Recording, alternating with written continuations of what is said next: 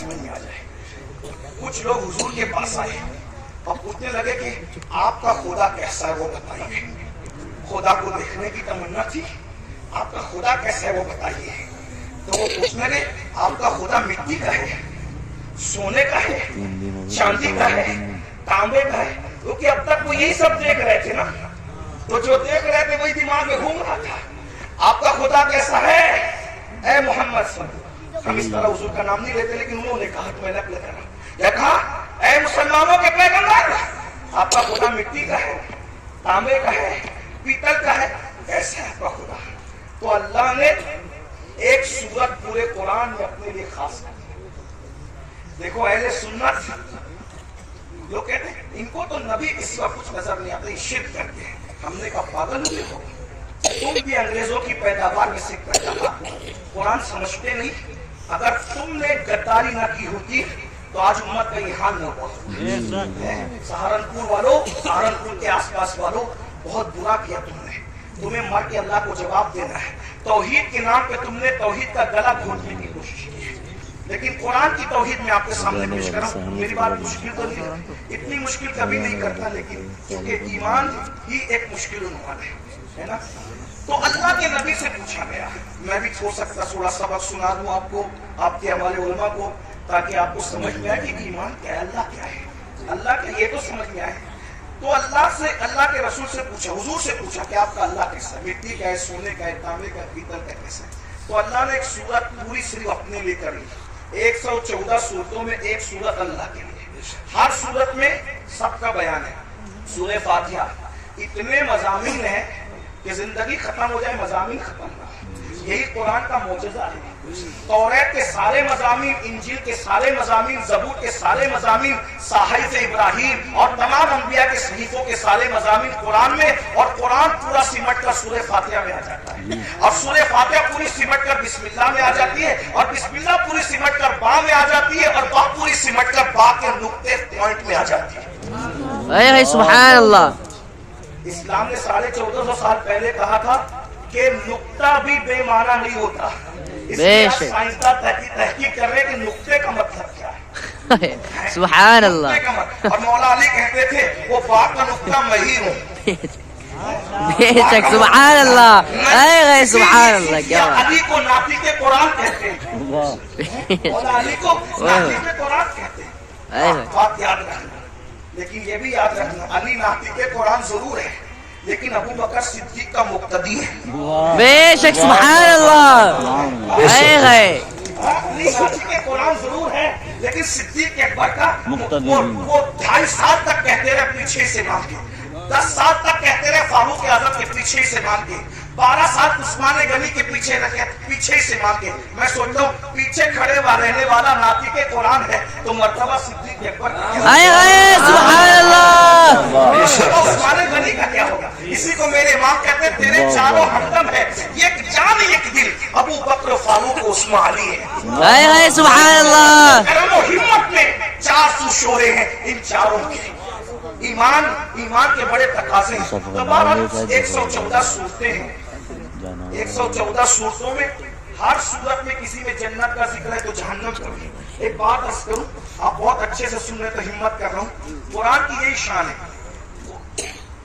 ابھی حفظ کی غالباً دستار ہوگی, ساتھ حافظ بنے. ایک بات آپ کے سامنے رکھو, جس کتاب میں سائنس بیان ہوتا ہے اس میں الجبرا نہیں بیان ہوتا, اور جو الجبرا کی کتاب ہوتی ہے اس کے اندر جغرافی بیان نہیں ہوتا. جو جغرافی کی کتاب ہوتی ہے اس کے اندر جو ہے وہ مذہب بیان نہیں ہوتا, اور جس میں مذہب بیان ہوتا ہے اس کے اندر سائنس بیان نہیں ہوتا, ہے نا ایسے.